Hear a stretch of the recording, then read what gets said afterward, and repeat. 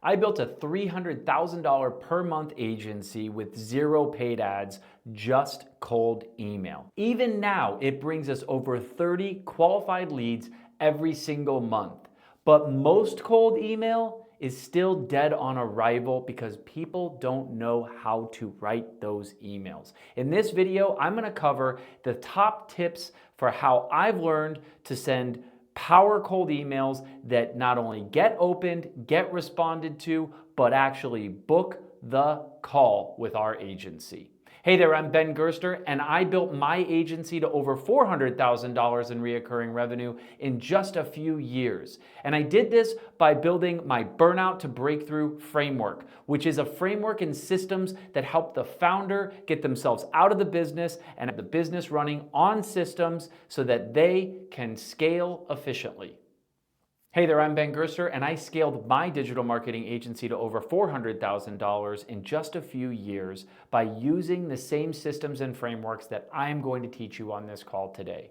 In this call, we're looking at cold email and my best practices for getting emails to be opened, replied to, and get action to book the call. I want to highlight one of my biggest game theories here, and that is you don't need paid ads to grow your agency. You just need personalized outreach that actually works. And so let's look at how we do that.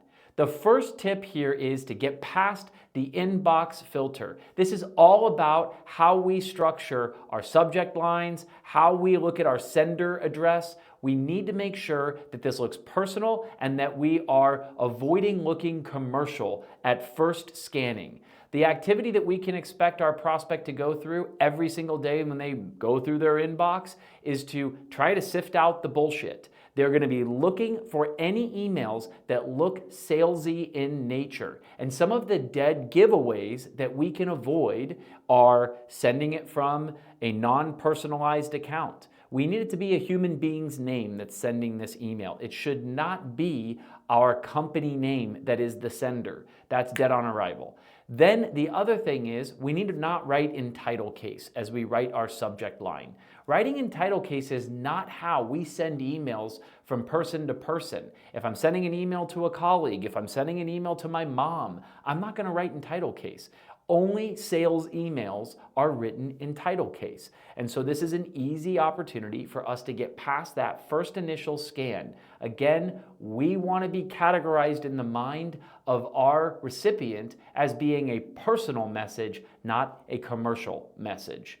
The next tip is how do we get them to open the email? So we've gotten past them not filing us away immediately. And this really comes into what we're writing about, our writing style, and the way that we shape the message that we're sending them. Now, we haven't written in title case in our subject line, which is great, but we need to think about what we're actually saying in that subject line, because that's the next filter for them. If we are talking about our solution in that subject line, we will be filed away without being opened. We need to have curiosity built into the subject line. It needs to be a casual, conversational, 5 words or less that feels almost a little bit bizarre, weird, clunky, curious in some way. We'll look at an example here in just a second. Sometimes it's great to be asking a question in that subject line. Something very informal, like, this might work for you? And so there's something along those lines that you can do. The next thing that we need to look at is our reply drivers. So how do we actually get a reply if we get them to open this? We need them to be engaged by our message. Our message cannot be boring, and it definitely cannot follow standard best practices for cold email. I don't even know who created those best practices, but they are awful. If we get right into a pitch where we're telling them about our agency and how long we've been in business and who we've served as a customer and the results that we've gotten them, we will be filed away. They will not be replying to that email. What we need to do is get them engaged into a story format of a little bit of just a small little discovery that intrigues their curiosity and then shows them what it is that we do, and then we can get them to actually open up and respond to the conversation that we have started with them. So let's take a look at all of these different elements in practice. All right, so here's a cold email that we actually sent and we got a lot of response on. This was coming off of an event called Expo West, where a lot of our clients go to and attend. We were able to target a list of attendees and find their emails and build a sequence and start sending these emails out. So this is a pretty personalized version because we knew an event that they had gone to. But it still follows all of these best practices. The subject line, I overheard this at Expo West, ... This sounds like gossip. There is curiosity immediately in the mind of our recipient as they see this subject line. At minimum, they're curious enough to read the first sentence. And most of the time, the first sentence is going to show up in their preview before they open the email. So we want to be considering what that first sentence does to fulfill that promise of something interesting, but it should also have a bit of a cliffhanger to take them to the next line. Usually every line of this email is selling the reader on reading the next line of the email. So the first line, I overheard this at Expo West. I was walking the floor at Expo West when I overheard someone say, TikTok Shop is just a fad. I nearly spit out my free sample. Now we're trying to get them to laugh a little bit because free samples are a big deal at this event. It's a CPG event where there's a lot of food brands and everybody knows that there's just a ton of free samples there. So we're just letting them know we understand you, we're kind of in your vibe. It feels casual, it feels funny. But most importantly is that's not enough for me to know what this email is about. I have to read the next line to get an idea of what this is all about. I still don't know. Because right now, the brands actually winning online aren't just running ads or chasing trends. They're building an army of TikTok affiliates selling their products 24/7. So right now what I'm doing is I'm calling out the pain. I'm calling out the problem situation that I know exists. I know that my ideal customer is struggling with getting performance on paid ads. They're trying to hit trends organically. That's not getting them the results that they're looking for, and it's quite difficult for them. And I know that they are thinking about TikTok Shop and that there's probably a big opportunity for them there. So I am teasing that that is the case. It's the shiny object. So now I've got their attention. They're saying, oh, okay, yeah, that's true. They're agreeing with me in this. I agree that they are building. I see this left and right. There's companies building armies on TikTok, and I don't really know what that's about. I need to know more. I've sold the next line of the email. We've cracked the code on this. In just 90 days, we activate 100 affiliates who promote your brand organically, drive real sales, and get your products moving on TikTok Shop. So now I've made it clear what I do. I haven't even said my agency's name in this email. I'm not saying that I've done this for any specific clients in particular. I'm just trying to let them know this is the nature of what I do. This is the carrot that I am dangling in front of them. Here is your dream outcome.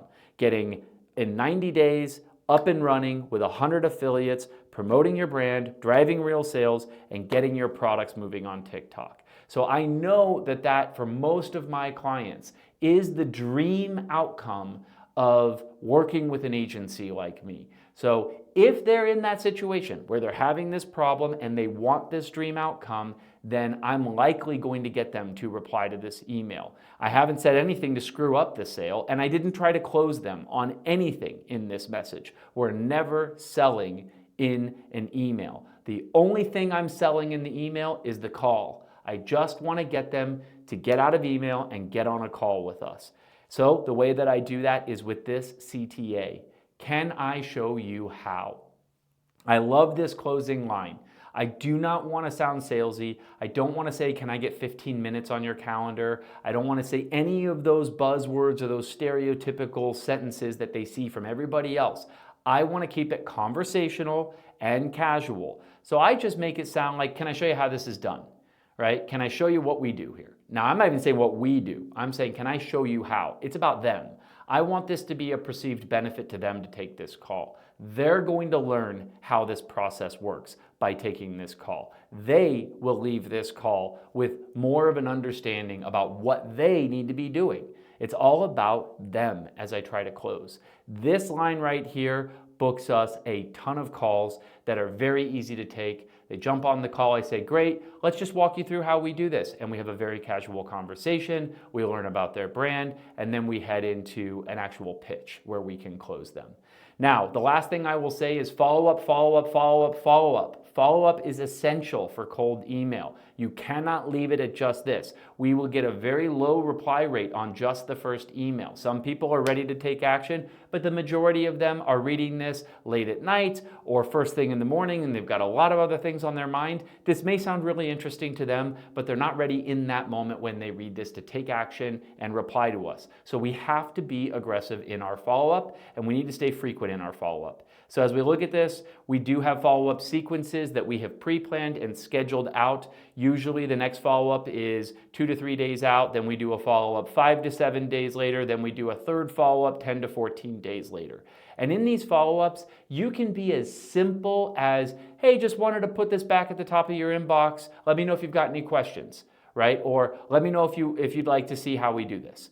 That's as simple as it can be in a follow-up. You do not need to keep selling or reinforcing. Do not come in with a deeper layer of case studies or anything like that. It's unnecessary. This is still just assuming they didn't have time to take action. They were interested, but they just didn't have the time. So all I'm going to be doing is being courteous and reminding them, hey, this is still here. You still have this opportunity to take this call. We are a little cutesy in this one in particular because we do have the connection to the event, and so we're just trying to make sure that we're having some fun as much as possible. In this case, not sure if my last email got lost in the Expo West chaos. I know that this person got a lot of emails from other people like me that are emailing them because they were on an attendee list at Expo West. Or buried under a pile of pink puffer tote bags. Well, that's because I know that the tote bags were a big deal at the event, and it was a big kind of viral thing that happened at the event. I want to demonstrate to them that I know you. I'm a real person. I'm not just some random person from another country emailing you. I'm a normal human being that went to this event and shared this experience, but wanted to bump this up. Figured it might be relevant to you, worth a quick peek if you want to see how brands are flooding social feeds with influencers without throwing money into the void. I'm just trying to pull at that pain a little bit more and that desired outcome by calling out the elephant in the room here. Normally with influencers and influencer marketing, there's a little bit of a stereotype that I have to overcome, that there's going to be just this kind of void that they're throwing money into and they don't really know if they're getting a return on investment. So that's always something that I need to make sure that I'm calling out to them. I see this the same way you see this. And this isn't, we don't do it that way. Again, just really trying to build that common ground and get them to trust enough to get on a call. Let me know what you think. Easy to say yes to that. Easy to say, that sounds interesting. I'd like to get on a call with you guys.